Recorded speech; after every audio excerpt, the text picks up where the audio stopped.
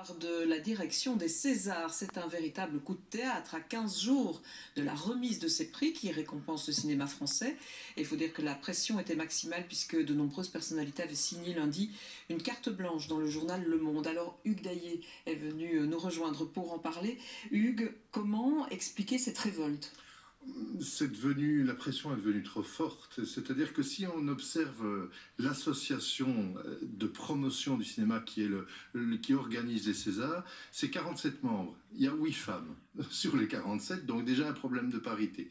Il y a un problème de génération. La moyenne d'âge, c'est grosso modo 65 ans. Donc autant dire que le jeune cinéma français, qui est quand même très vivace, n'est pas du tout représenté. Et ce que dénoncent les professionnels du cinéma qui ont écrit cette carte blanche aussi, c'est une certaine opacité puisque ces membres arrivent par cooptation. Donc il y a un petit côté microcosme, arrangement entre amis, voilà, et qui n'est plus du tout représentatif et de la diversité et de la vivacité de la jeune création du cinéma français. Donc on voit aussi un conflit de génération à travers cette crise. Donc ça, c'est un problème plutôt structurel.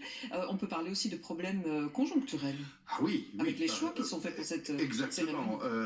Les 12 nominations pour le film J'accuse de Polanski, quelle que soit la formidable qualité du film, ça fait désordre dans le contexte actuel puisque Polanski est une personnalité très controversée et Polanski est un des 47 membres de l'association qui organise les Césars. Bon, il y a associé. Et puis à côté de ça, dans la jeune génération, il y a une Adèle Haenel qui est nominée dans la catégorie meilleure actrice pour Portrait de la jeune fille en feu. Et Adèle Haenel récemment a secoué le cocotier et a dénoncé des faits de harcèlement sexuel qu'elle a subi dans son adolescence. Donc les associations féministes sont légitimement derrière Adèle Haenel.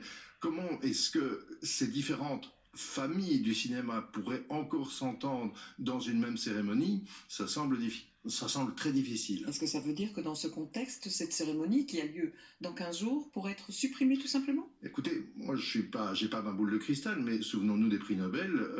Ils ont carrément suspendu les prix Nobel pendant une année pour tenter de faire le ménage à l'intérieur du système d'organisation où il y avait aussi énormément de problèmes. La cérémonie, je n'ose l'imaginer. Quelle va être la marge de manœuvre de Florence Foresti, maîtresse de cérémonie? Qu'est-ce qu'elle peut encore faire comme blague, comme sketch pour que ça fonctionne? Il y a énormément de gens censés remettre des prix qui n'ont pas envie d'y aller. Ça me paraît très très très difficile. Vous imaginez dans la salle des opposants à Polanski, des partisans d'Adèle Haenel.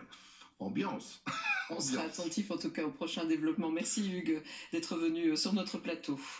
Voilà, on va parler maintenant effectivement